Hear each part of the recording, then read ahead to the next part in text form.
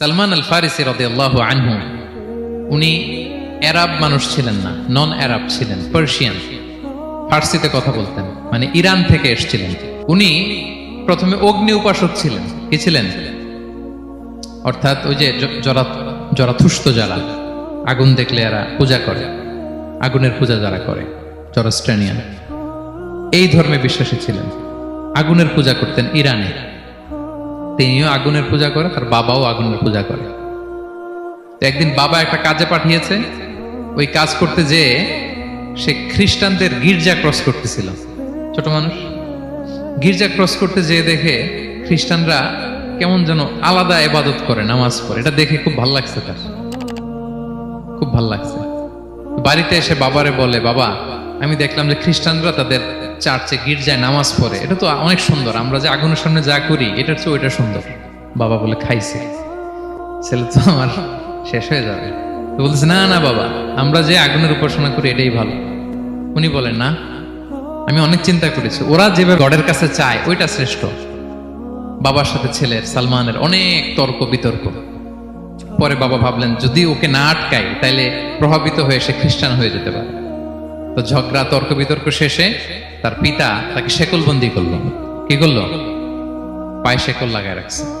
কিন্তু ছেলে তো মনে মনে খ্রিস্ট ধর্মের প্রতি আকৃষ্ট হয়ে গেছে। তো ওই খ্রিস্টানরা তার সাথে লুকিয়ে যোগাযোগ করত। সালমান ওই খ্রিস্টানদেরকে বলল যে, তোমাদের খ্রিস্টান ধর্মের উৎপত্তি কোথায়? বলে, সিরিয়াতে। বলতেছে, এখান থেকে কোনো কাফেলা সিরিয়া যাবে না? বলতেছে, হ্যাঁ, মিশনারি ওয়ার্কে একটা কাফেলা আসতে যাবে। বলতেছে, যেদিন যাবে আমাকে বলবে। তো যেদিন যাবে তাকে এসে বলা হয়েছে তার বাবা নাই, সে শিকল ভেঙে, শিকল সহ ওই কাফেলার সাথে যে জড়িত হয়েছে। দেখেন বিশ্বাস, আদর্শ মানুষকে কিভাবে উজ্জীবিত করে। উনি চলে গেলেন সিরিয়াতে। সিরিয়াতে যে এক পাদ্রির হাতে বায়াত হলেন, কিন্তু ওই পাদ্রিটা ছিল ভণ্ড। সে খ্রিস্টানদের দান সৎকা নিয়ে গরিবদের না দিয়ে নিজেই খেয়ে ফেলতো। তো বেচারা পড়লো বিপদে, যে হায় রে, এত সুন্দর ধর্ম রে কারাপ্টেড করতেছে সে। পরে এই পাদ্রি যখন মারা গেল, সালমান সে আরেক পাদ্রির কাছে গেল। আরেক পাদ্রির কাছে গেল। ওই পাদ্রি আবার অনেক ভালো, খুবই ইবাদত করে। তো ওই পাদ্রি কিছুদিন থাকার পরে ওই পাদ্রিও মারা গেল। ওই মারা যাওয়ার আগে সে জিজ্ঞেস করতেছিল যে, পাদ্রি, এই বর্তমান পৃথিবীতে সবচেয়ে ভালো খ্রিস্টান পাদ্রি কে? বলতেছে, আর কেউ নাই। যদি ভালো খ্রিস্টান পাদ্রি তোমাকে পেতে হয়, জানতে হয়, তোমাকে ইরাকের মোসেল শহরে যেতে হবে। এবার মোসেলে যে সে আরেক খ্রিস্টান পাদ্রির কাছে থাকলো। কিছুদিন পরে ওই পাদ্রিও মারা গেল। তো মৃত্যুর আগে তাকে জিজ্ঞেস করছিল যে, পাদ্রি আপনি বলেন তো, আপনার পরে শ্রেষ্ঠ পাদ্রি কে আছে পৃথিবীতে? সে বলতেছে, আমার পরে শ্রেষ্ঠ কোনো পাদ্রি আর পৃথিবীতে নাই। খ্রিস্টান ধর্ম শেষ হয়ে গেছে, নাই।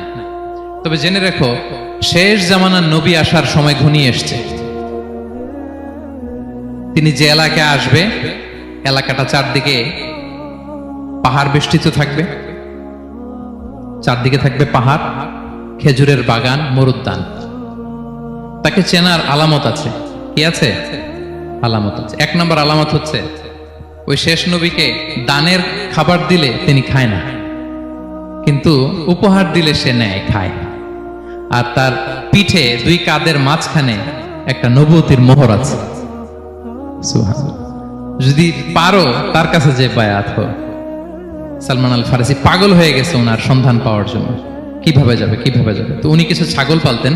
একটা কাফেলা তিনি পেলেন, যে কাফেলা আরব কাফেলা, বনু কালবের কাফেলা, আরব দেশে যাচ্ছে। তাদের সাথে তিনি চুক্তি করলেন যে, আমার যত ছাগল আছে এই ছাগলগুলো তোমাদের দিয়ে দিব, তোমরা কি ওই এলাকায় আমাকে পৌঁছে দিবা? তারা বললেন, হ্যাঁ, পৌঁছে দিব। সব ছাগল দিয়ে দিলেন, রওনা হইলেন ওই এলাকায়। মাঝপথে তারা তার সাথে জুলুম করলো, অন্যায় আচরণ করলো। তাকে দাস হিসেবে বিক্রি করে দিল ইহুদিদের কাছে। ওয়াদি আল কোরআন নামে একটা জায়গা আছে, ওখানকার এক ইহুদির কাছে বিক্রি করে দিল। সে ইহুদির কাছে দাস হিসেবে থাকতে আরম্ভ করলো। অনেকদিন পরে, মদিনার পূর্ব নাম কি দেখি, কে বলতে পারে? হ্যাঁ, মাশাআল্লাহ, তো মদিনার পূর্ব নাম হচ্ছে ইয়াসরিব। তো ইয়াসরিবের এক ইহুদি, বনু কুরাইজার ইহুদি, সে আসছে ওয়াদি আল কোরাতে তার কাজিনের কাছে। এসে দেখে নতুন এক দাস পাইছে, বলছে, আমি কিনবো, তুমি কিনতে চাও? তার কাছে বিক্রি করে দিল। তখন ইয়াসরিবের ওই ইহুদি, বনু কুরাইজার, সালমান আল ফারিসিকে নিয়ে ইয়াসরিবে চলে গেল। সুবহানাল্লাহ। মদিনার আগের নাম কি? বিষ্ণু ইসলাম মক্কা থেকে হিজরত করে কিছুদিন পরে কই যাবেন? সত্যের অনুসন্ধানে যদি আপনি হন, সত্য আপনি পাবেনই, সত্যের কাছে আপনি পৌঁছাবেন, এতে কোনো সন্দেহ নাই। দেখেন বিষ্ণু ইসলাম ওই এলাকায় আসবেন, আসার আগে আল্লাহ তাআলা সালমানকে নিয়ে ওখানে পৌঁছায় দিয়েছে। তিনি ওখানে থাকলেন, দীর্ঘদিন থাকলেন, খেজুর বাগানে তিনি কাজ করেন আর অপেক্ষা করেন যে কবে বিষ্ণু ইসলাম আসবেন। একদিন তিনি খেজুর গাছের উপরে কাজ করতেছেন, হঠাৎ ইহুদিরা বলা বলি করতেছে আজকে ওই মক্কা থেকে কোন এক লোক নাকি আসছে কোবা পল্লীতে, সবাই বলে সে নাকি নবী, সবাই বলে সে নাকি। এই কথা শুনে উনি খুশিতে ওই খেজুর গাছ থেকে ধপাস করে নিচে পড়ছে। নিচে পড়ে মালিককে বলতেছে কে আসছে, কে আসছে। এই কথা শুনে মালিক রেগে মেগে তাকে মারতে আরম্ভ করলো যে তোমার জেনে কি লাভ, যাও এখান থেকে। তার মানে সুবহানাল্লাহ, সালমান আল ফারিসি তিনি জেনে গেলেন যে বিষ্ণু ইসলামের আগমন ঘটেছে। আপনারা জানেন যে হিজরতের যে রুটটা, বিষ্ণু ইসলাম সরাসরি ইয়াসরিবে বা মদিনায় না ঢুকে প্রথমে কুবাতে ঢুকেছিলেন, কুবা পল্লীতে কিছুদিন ছিলেন, মসজিদে কুবা নির্মাণ করেছেন। তো তিনি তো সত্যের সন্ধানী হয়ে পাগল, আল্লাহর কাছে সবসময় দোয়া করতেন, আল্লাহ সেই আখির জামানার নবীর সন্ধান যেন আমি পাই।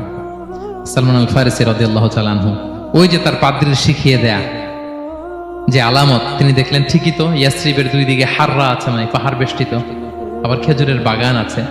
এবার তিনটা যে আলামত দিয়েছিল ওই আলামত চেক করার জন্য কিছু খেজুর নিয়ে কুবায় চলে গেলেন।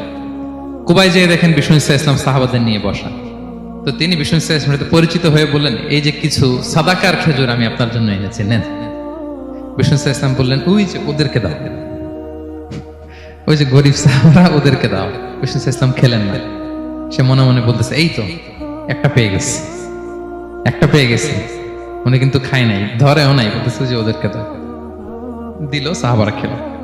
এরপর বিষ্ণু ইসলাম কুবা থেকে মদিনায় চলে গেলেন, তখন মদিনার নাম হয়নি, ইয়াসরিবে গেলেন।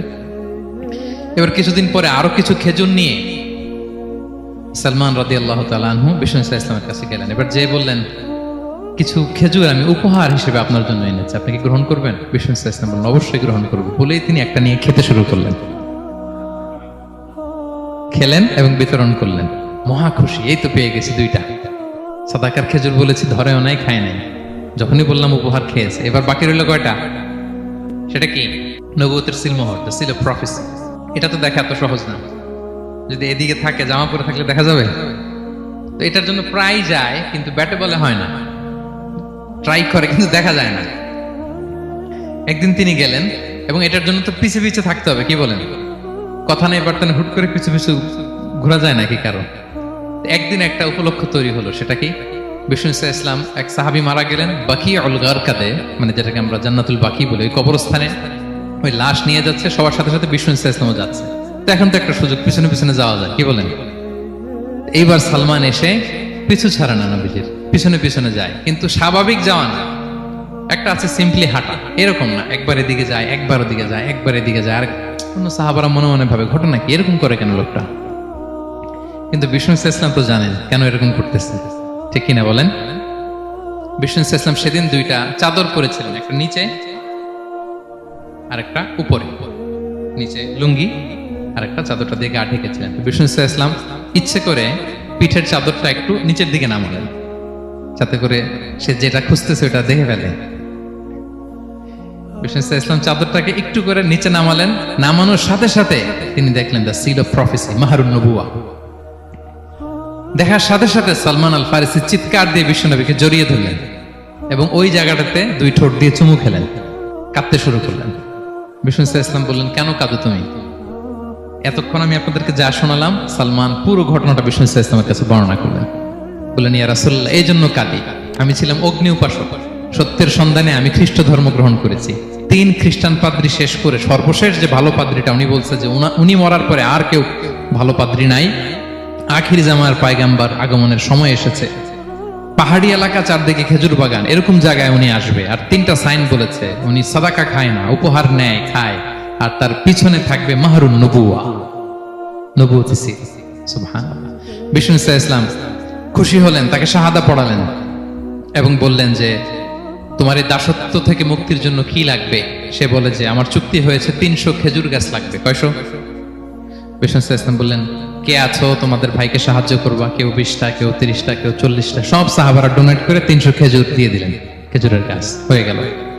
আর 40 গ্রাম স্বর্ণ, এটাও দিতে হবে। তো কোন এক যুদ্ধে বিষ্ণু ইসলাম একটা ছোট্ট স্বর্ণের টুকরে পেয়েছিলেন, বললেন যাও এটা নিয়ে ওজন দাও, ওজন দিলে দেখবা হয়ে গেছে। ওইটা নিয়ে ওজন দেয়া হলো, দেখা গেল মুহূর্তে একেবারে সমানে সমানে 40 গ্রাম হয়ে গেছে। সালমান আল ফারিসি রাদিয়াল্লাহু তাআলা আনহু তারপর থেকে মৃত্যুর আগ পর্যন্ত বিষ্ণু ইসলামের সাথে ছিলেন, সবগুলো যুদ্ধে অংশগ্রহণ করেছেন। এবং 5ম হিজরিতে ওই যে পরীক্ষা খননের কথা আমরা জানি না, দ্য ব্যাটল অফ ট্রেঞ্চ, এই বুদ্ধিটা আসছিল সালমান রাদিয়াল্লাহু তাআলা আনহুর মাথা থেকে। এটা হচ্ছে ওনার ব্রেন চাইল্ড। কারণ আরব দেশে এরকম পরীক্ষা খনন করার ট্রেডিশনই ছিল না। উনি তো আরব দেশের না, আসছে পারস্য থেকে। ওনার এই বুদ্ধি পরামর্শ নিয়ে বিষ্ণু ইসলাম 5ম হিজরিতে পুরো মদিনার চারদিকে খনন করে